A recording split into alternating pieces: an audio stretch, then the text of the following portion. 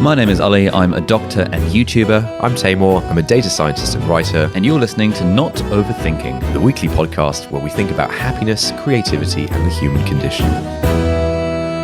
Hello, welcome back to another episode of Not Overthinking. How are you doing this week, Ollie? Oh, I'm doing absolutely fantastic. I've had a cold/cough thing for the last few days, so my voice sounds about 2 octaves lower than it normally should be. But other than that, doing all right. How are you? So manly. So manly. Yeah, manly. I've fallen quite ill in the past couple of days. I don't know if it's like hay fever or a cold or whatever, but yeah, my throat feels like it's on fire. Have you been taking enough paracetamol? I popped a couple of pills this morning, took some ibuprofen and some antihistamines. Damn, ibuprofen as well. Yeah. Why do you take the ibuprofen? I don't know. Doesn't that help with like a sore throat? Yeah, fair enough. I don't know. I don't ask too many questions when it comes to these things. Awesome. How's your whole startup vibe going? Startup vibe is going well. This week, we've mostly been working on the product, which is nice. We didn't have too many meetings. Yeah, we're sort of hoping to have a very initial prototype done in a few weeks. Yeah, I'm not getting as much sleep as I would have liked because often if I have a call with my co-founder, he's based in the US right now. And so we'll have to do calls at like either midnight or 8 a.m. or as we had in the past day. We had a call at midnight last night and at 8 a.m. this morning. So I barely got any sleep last night. But, you know, he's moving to London in a few weeks, so it should be all good soon. Calls with your co-founder. Wow, that sounds so pretentious.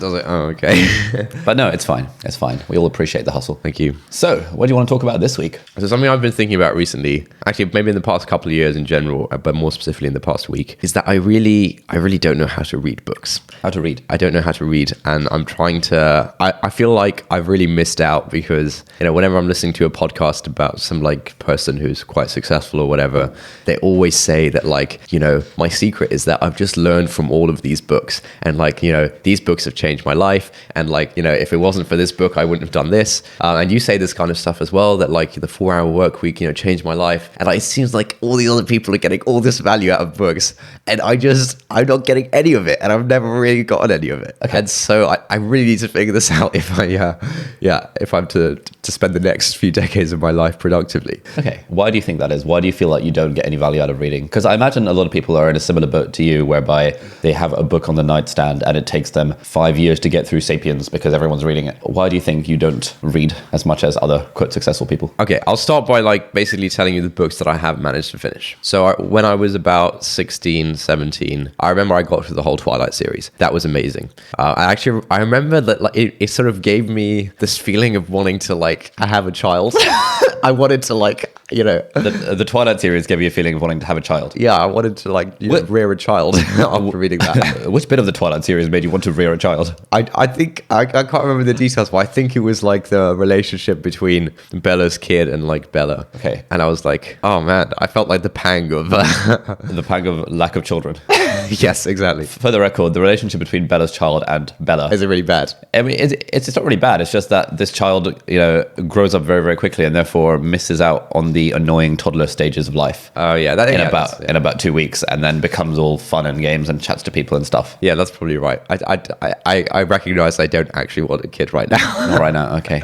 And so I got through the Twilight series. I read the final 2 Harry Potter books, and basically since then I've never really managed to finish a book. The most recent book I've actually finished was The Courage to be Disliked, which I recommended to you. You did? I actually got through that quite well.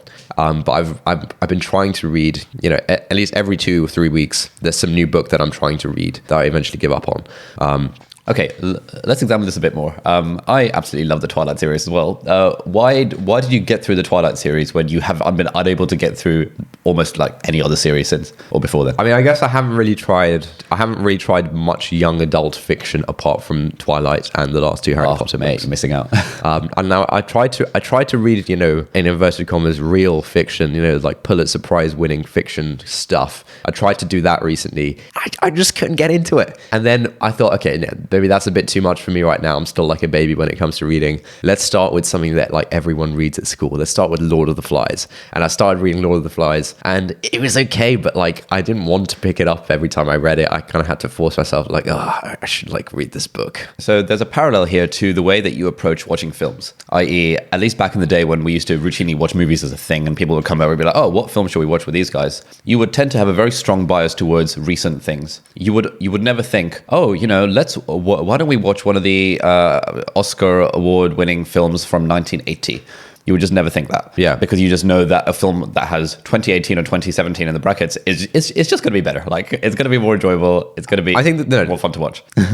I think you'll make a strong claim. I used to be, and I still am, more into recent films because I think it's more relatable when it's set in like the modern day, basically. So it's a setting of the film as opposed to the year of production, because there are a lot of films made in the modern day that are set in olden times that you'd be quite happy to watch. I guess. Yeah, I guess. Okay, I just guess it's the vibes. The point I'm making is that for someone who has only ever read Twilight and not even read Harry Potter, you probably don't want to be jumping in with Lord of the Flies, because although it's a standard, quote, good book, it's still from that generation of it's still a classic, and classics are still hard to read in inverted commas. Okay. Whereas if you go for something nice, like young adult fiction or paranormal romance, or just read the rest of the Harry Potter books, for God's sake, that would be a good gateway drug into actually starting to read properly. That might be a good idea. I guess I'm looking to get like lasting value out of these books. So I'm not really looking for. I mean, I hope I'm not trivializing the esteemed young adult fiction genre here, but I'm not looking for a fun kind of thing, a cheap thrill. Yeah, I'm not looking for a cheap thrill. I'm looking for something that will sort of stay with me and have like lasting impact on my life. And so it seems like the time-tested, age-old, in inverted commas, good books are that kind of thing. But maybe you're right that I should ease into them anyway with cheap thrills, just to get into the mechanical habit of opening a book or opening my Kindle and looking at words on a page and not getting bored. Yeah, no, absolutely. And I think what a lot of very modern books have, more so than the books back in the day used to, is that they're very good at holding your attention. So these days when I read a book, so for example, I recently read Bad Blood, that book about Theranos, which was absolutely incredible and really, really held my attention. Like, I wanted to find out what would happen on every page. Whereas something like Lord of the Flies and something like Of Mice and Men, yeah, they're good, and I can see why they're classics, but they don't hold your attention as well as these modern books do. So that's what I would suggest for you. Start with something modern. Start with Harry Potter and the Philosopher's Stone, for God's sake. And then you could ease yourself into, for example, I don't know, David Copperfield or whatever else, highbrow fiction you want to end up reading. Yeah, that makes sense. So I think when it comes to fiction, that probably makes sense. So why were you able to get through The Courage to Be Disliked? And can you just give us a quick summary of what it was about? So The Courage to Be Disliked is, I guess it's about a particular philosophy or psychological theory by a psychologist called Mortimer Adler. Is that it? Something like that. And it's kind of very accessible philosophy, psychology kind of stuff. And so we're moving into nonfiction now, which I think is like a different kind of category. But I think the reason I really liked The Courage to Be Disliked was that there were like new insights almost right from the start. Right from the start, it said things that I was like, whoa, hold on a second. Are you really saying this? And so it kind of forced me to think in a different way right from the start. And it was introducing like loads of novel stuff and this entirely new way of like looking at things. And I think that's why I loved it. Whereas in the other nonfiction that I've read, I often feel like, so I typically try and read the kind of nonfiction around my interests. So for example, a while ago, I tried to read a book called The Design of Everyday Things, which is like the modern Bible when it comes to design. Every pretentious designer type has read it. And I want to be like that. But I found, and actually more recently this week, I've been trying to read a book called Talk, which is about the science of conversation and conversation analysis. Oh, hello. Which is like the kind of thing, both design and this like conversation stuff is a kind of thing I've just been sort of thinking about on my own and kind of like really enjoy thinking about, I suppose. And in both times I thought, okay, I've done all this thinking on my own. I'm sure there's a body of work that other humans have produced about this thing. I should like tap into that to take my thinking to the next level and then build upon the body of work rather than staying in my little cave, having my own like little theories about design and conversation and so on. And I think the problem I run into is that with design, for example, I'd been sort of very interested in it and been like doing it and thinking about it and stuff for many, many years before I picked up my first design book, The Design of Everyday Things. And so I think my level of like intuition was reasonably high. And again, same with like, I don't mean this to sound like a brag or whatever, it's really not. The same with like the conversation type stuff. This is something I think about quite a lot for quite some time. And so I feel like my starting level of intuition is relatively high going into these things. And when you're reading a nonfiction book, which is kind of like theory around something, at the start, it's a lot of like groundwork in like setting up the theory and And so there's not really like novel stuff very early on. And so I felt like with both books, a lot of the start of it was like stuff that I already knew or stuff I was already thinking. And I was like, oh, this is just really obvious. Like, why is this book telling me about this thing that I already know about or have thought about? And so I kind of got bored of those books because it seemed like I had to get through so much groundwork of like, them building up the start of this theory, which didn't have much novelty in it, didn't have many insights for me, that I got bored before I got to like the Page 5. Yeah. Okay, so your thing is that you want to be entertained and you want to have novel insights from a non-fiction book, from the introduction, from the forward onwards. You want to have something that you can take away, some kind of life hack, if you like, that you can apply. Is that what you're saying? Just new insight kind of stuff. Okay, so the way I would approach this is that I would recognize that there are almost no novel insights to be found anywhere. And very occasionally, if I'm reading a book, I will have a truly novel insight and I'll be like, oh my God, this is incredible. And then I would put like just having one novel insight in a single book would make me put that book on my list of books that changed my life thing. Wow. All I care about is just having one novel insight, and I'm more than happy to wade through 400 pages of crap, but not crap, but stuff that I find personally obvious these days. Yeah. To find one paragraph or one highlight that's something that I think I can return to later. So when I'm reading a book, I'm reading with the intention to highlight, and if there is stuff, so for example, if there is stuff that is already obvious to me, I'll just skip through it. And the nice thing about Kindle, you can just flick and you can just kind of cast your eyes over the text and kind of scan it and see that, yep, I know all this stuff. Recently started reading Simon Sinek's Start With Why or something like that. Yeah, that sounds like something he'd write. That's his whole philosophy. And I was expecting some kind of novel insight, but actually it was just like a bog standard business book talking about, how the best leaders are the ones who inspire some kind of, whatever. And I was like, okay, cool, skip. And I've yet to come to a part of the book where it's particularly novel insights, but it's fine. I'm just scanning through the book, and it takes maybe half an hour to scan through an entire book. And if you realize there's nothing novel in it, that's fine. You can leave it. So with something like this talking book that you're clearly experienced in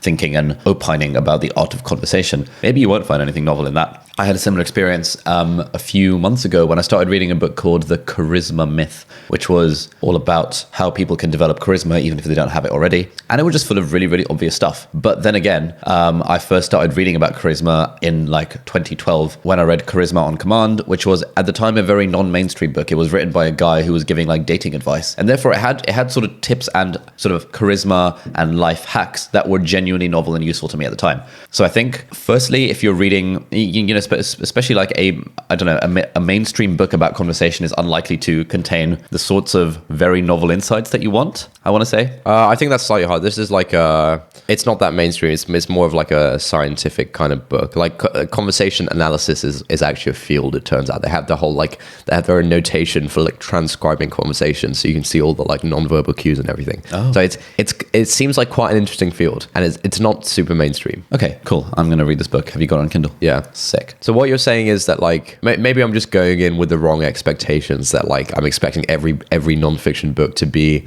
like, like the life advice articles I read when I was 15 and then became disillusioned by, or like The Courage to Be Disliked, where every new chapter was like, oh my God, this is like novel and interesting. So I think that's a very unfair expectation to have of nonfiction books, because there's only so much novel advice you can get. And given that you read a lot of blogs and tweets and things, those tend to be summations of what books are telling you. So you could read a whole book talking about, some various productivity principles, for example, but because you've seen some random person's tweet about it where he summarized it in 3 points, you're like, oh, this is not novel. I've seen this before already. Yeah, I think that's actually a really good point, because I'm constantly reading stuff online. It's just not in book form. And so a lot of like the ideas and the models that I think the books end up talking about are the stuff that people are also talking about online in much shorter form. I think expectations is a good one. This thing about expectations has come up when I've chatted to people about other things, like trying to appreciate art galleries and stuff. And I think I used to kind of feel like, oh man, I don't really get art galleries. I still don't really get art galleries. But I think I used to think I really don't get them because like, I don't get most of the paintings. And like one of my more artsy friends was like, you're not meant to get most of the paintings. Like, I think it's a successful visit, or like, I'm pretty happy when, 1 or 2 pieces out of 100 really speaks to me in a gallery or something.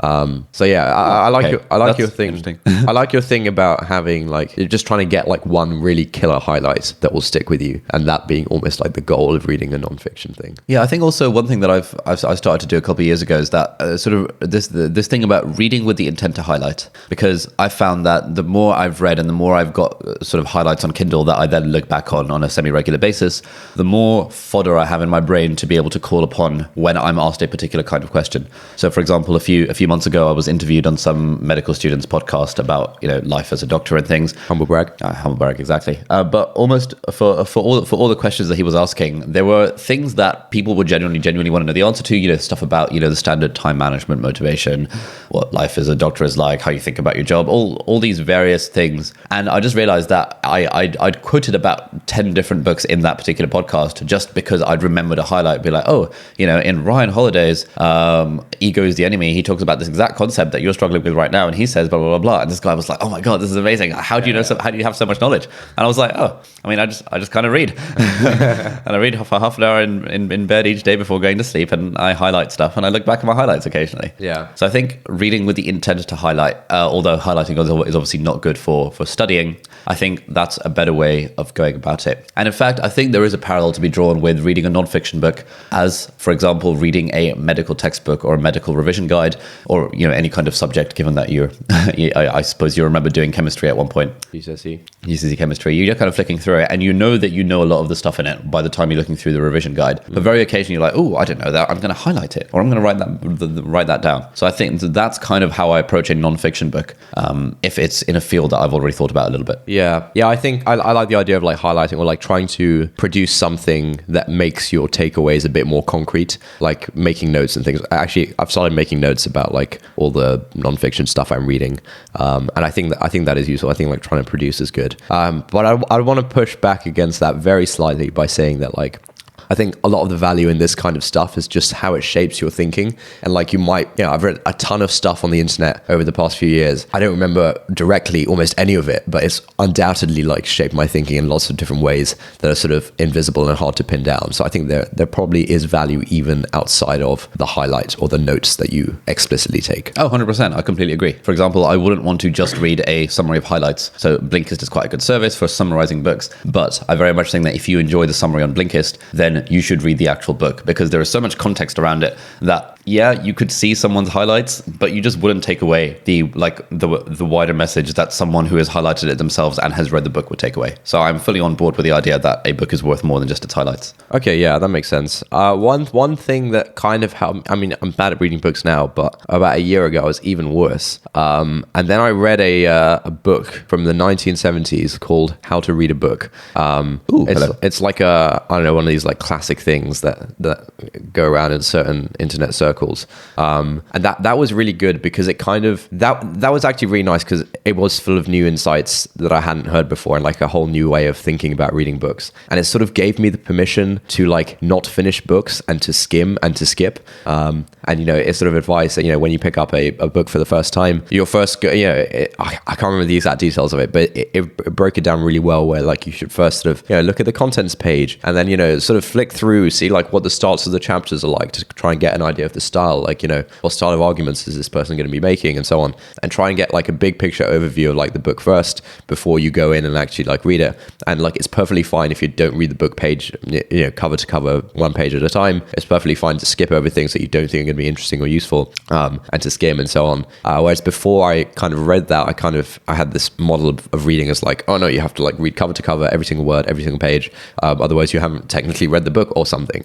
So that was nice. And I think that's helped me. Yeah, I think that's a really good point. And that's where a lot of people in conversations I've had stumble when it comes to reading, is that the pressure, the internal expectation is there that you have to finish the book, and that you have to read every word and every page, even if it's boring. So people are like, oh, I've been stuck on this same page of Sapiens for the last 2 months and I just can't seem to bring myself to read it. So, okay, well, just skip the page then. Like, it's not really going to make that big a deal, that big a difference. So I think, when you realize that you don't have to finish a book and that you can skip stuff, that alone is life-changing. And that would therefore be a life-changing insight from that book. Yeah, that was a good book with insights. How do you know how much of a chance to give a book before you sort of give up or decide to skip lots of it? Because I'll often have a book and I'll be, you know, I wouldn't be super engaged in the first like 5 pages, maybe the first 10 pages or whatever. And there's obviously, you know, a point after which, you know, you should probably just give up because this book doesn't resonate with you or you're not that interested in it, whatever. But how do you judge what a reasonable point to give up on is? For example, like when starting a new TV series or when starting like a new anime or something, everyone knows like with anime, you know, usually you have to get through like the first 10 episodes before it's going to get good, before you start to understand things.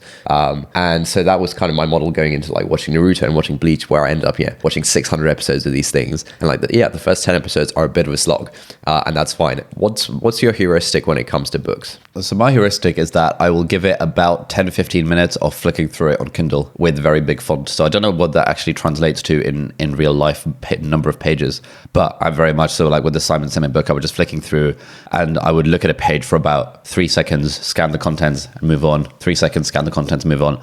And I quite like reading with very big font on Kindle, which means there's only maybe 2 paragraphs or actually possibly even just 1 paragraph on a page at any given time, which means I can just glance at it and know vaguely what the gist is. This is not like speed reading or anything, it's just like speed scanning, where I think, is there like a novel insight coming up? And if there isn't for about 15 minutes, I will just shelve the book, metaphorically, put it on my nightstand, go to bed, and then the following day at night, again, when I'm reading, I just have a flick through it again to see if anything resonates with me. And at that point, I'm like, okay, no, screw it. I'll, you know, visit this book another time. Because what I think is that there are so many really, really, really good books that will immediately resonate with you that there's no point trying to slog through to get through, like, you know, to the second half where it will suddenly start resonating with you. Like, there is no shortage of enthralling reads, so you might as well just go for those. And you know what people say, sometimes you read a book at the wrong time and sometimes you read a book at the right time. Like, some people say that a book called The Magic of Thinking Big completely changed their life. Have you read it? Nope. Okay, it's a good book. You should read it. I doubt it would probably change your life, but I think someone younger than you, someone kind of maybe just getting started in the world of entrepreneurship and stuff, it probably would change their life. So it kind of depends on what time you read a book. And I fully accept this when I'm reading a book, that perhaps this is not for me at this time. Can I highlight anything interesting? No? Okay, let's move on. I'm now reading Phil Knight's autobiography. Who's Phil Knight? The founder of Nike, Shoe Dog. Shoe Dog? What the hell is Shoe Dog? His name is Phil Knight, isn't it? The guy who founded Nike. I have no idea. It's like one of the most famous autobiographies in the world. What's Shoe Dog? Oh, the book's called Shoe Dog. It's a book called Shoe Dog. Oh, yeah. okay, right. Yeah, it's one of the most commonly recommended autobiographies, like that plus Steve Jobs plus I think Elon Musk. People always recommend. Oh, that's interesting. Yeah, and that's really good. It's very interesting so far. It's written in an engaging fashion, so that from the first page I was like, oh, this is interesting. He's writing it in a good way. It wasn't an academic sort of difficult to get through book. Equally with Bad Blood by John Carreyrou, I think his name is.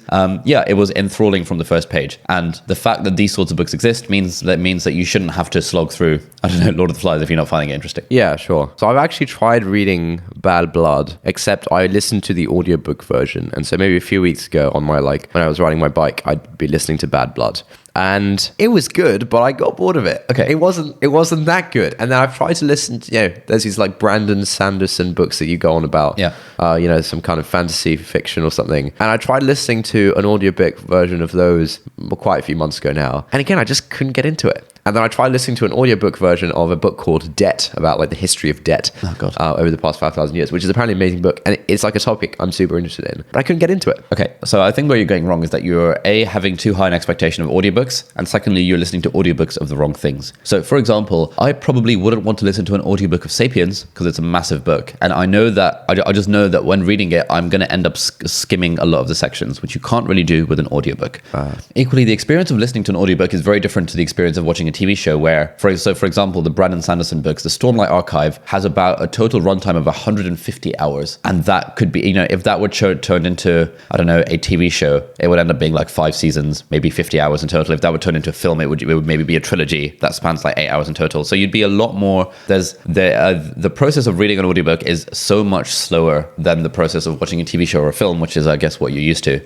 And you just have to kind of take that, and you have to think that, okay, yeah, cool, there's gonna be long swaths of time where I'm just listening to this guy talking about, then Vin decided to go down to the shop.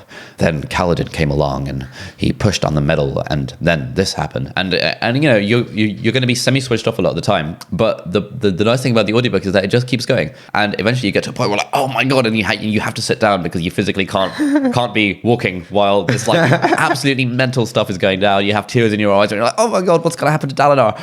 And that's what you go with an audiobook, but you have to get through the long pages. So I think it's about managing your expectations when it comes to audiobooks. And you shouldn't necessarily start with something like The Way of Kings, which is a 60-hour audiobook.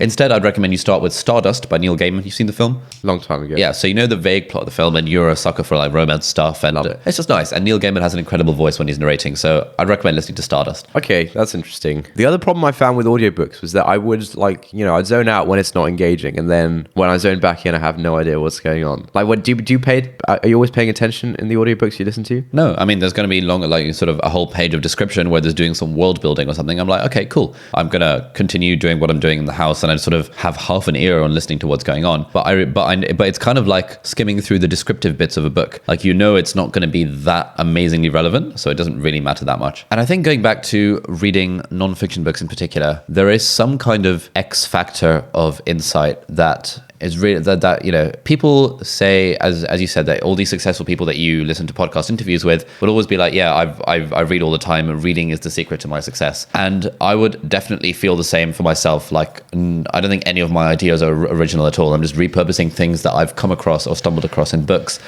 And books more so than TV shows, YouTube videos, blog posts, podcasts, and tweets.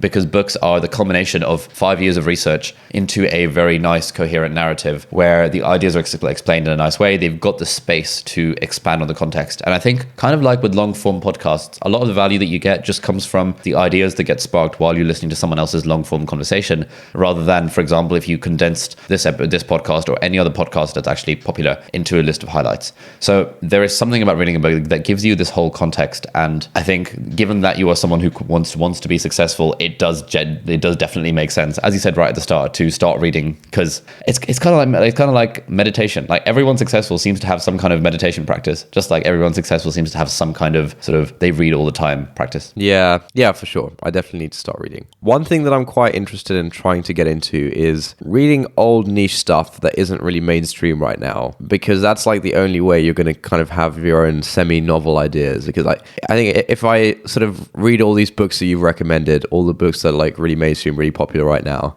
I'm not going to be like, my thinking isn't going to become differentiated. And I think my goal with like reading and stuff is to really differentiate my thinking, to get some kind of novelty or some kind of uniqueness in there, because I think that's where the value is, rather than being well versed in exactly the same things that everyone else is well versed in. So I think that's a really good point. And that's a direction that I'm trying to head with myself. But I would suggest that, given that you have never read anything before, you don't really know what mainstream books are written like. And given that you want to perhaps be some kind of thought leader in the future, it would make sense for you to become reasonably well versed in what, for example, a book like The 4-Hour Workweek, how that's written, what the style of that is, then compare that to a book like written by Derek Sivers, then compare that to a book, James Clear's Atomic Habits has recently done well, Ramit Sethi's I Will Teach You to Be Rich. These are all very, very mainstream books that everyone in a certain broad section of tech intersection or entrepreneurship, probably not intersection, is reading and listening to. But yeah, I agree. You aren't going to gain any new insights by reading those, but you probably should read those anyway, such that when you start reading less mainstream stuff, you can then have the lens of understanding what the current state of the sort of tech non-fiction world is, to then apply your ideas in either a novel way or, just repurposing something from Tim Ferriss and adding your unique twist to it from some niche paper that you read. Yeah, that sounds really good, actually. I feel like it seems like a good idea to just kind of study the current state of books a little bit, get the lay of the land before trying to get too weird. Yeah, and Patrick Collison, who has like on his personal website, he's got a ton of book reviews from books that he's read. Yeah, I think he does that. A few other people do that. Yeah, too. I mean, so that's a really good thing to do. I started doing that last year, I think. I got inspired by the Derek Sivers interview with Tim Ferriss that I listened to in 2016. And what Derek Sivers does is that every time he reads a book, he makes a text file and just writes some notes in it and then puts it on his website. So this becomes then an ever-expanding trove of knowledge. And given that a personal website is pretty much the only thing in a, quote, personal brand that stands the test of time, like it's not quite like a Facebook page or a YouTube channel where you're at the mercy of the algorithms and stuff, you might as well work on, planting the tree of your personal website and building that up into a trove of knowledge over time, such that 10, 20 years from now, people will look at your website and think, oh, sick, this guy's been writing book reviews for the last 20 years. That's awesome. And that becomes a big kind of selling point of the value that you add to the world. So that's one direction that I'm hoping to head down. Yeah, I think book reviews are great. I think after I read The Courage to Be Disliked, I wrote a cheeky book review on the site. So one of our friends, Mac, has just rocked up. Tame and Mac are going to Romania later today, so I'm going to drive him to the airport. But Mac has some insights about this whole reading thing. And you mentioned that you've got a particular problem that you're dealing with. Yeah, so on that note, I find often in days like today, when I'm about to go on holiday, I typically bring a book with me. And when I go away, I'll start reading and often get really engrossed in that book and kind of get through it really quickly and race to the end. And then as soon as I put the book down or I come back from holiday, I find it very difficult to kind of think of reading as a thing I can continue doing. It sort of disappears as an option for one of the activities that I can do, and I kind of put it to the back of my mind until maybe 2 months later I kind of happen upon another book, or maybe I go on holiday again and I kind of get wrapped up into another book. But in those kind of in-between times, it's very hard to get back into the process. Okay, yeah, I totally get where you're coming from. I think that's the case for a lot of people, whereby reading is like something that you only really do when you're on holiday, or if you've got like a really long flight coming up.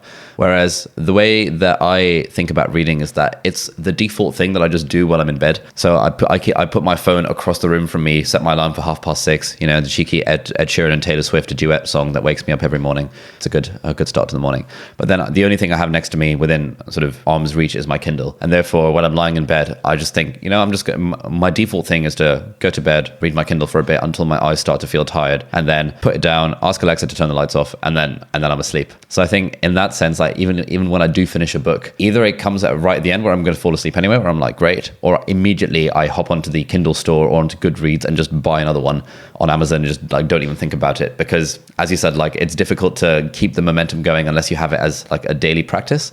I don't know how much do you read regularly when you're not on holiday? So I think in terms of how much I read when I'm not on holiday, I generally don't read that much at all unless it's kind of finishing off something that I didn't quite get to finish on holiday. I think that whole point about kind of reading as part of a routine or kind of before you fall asleep and you go to bed is really interesting, because I find that though I don't usually read in bed, I do listen to podcasts, which is a kind of, I guess, a similar alternative to that. So I'll kind of put my phone across the room and like on Google Home or whatever, have a podcast playing.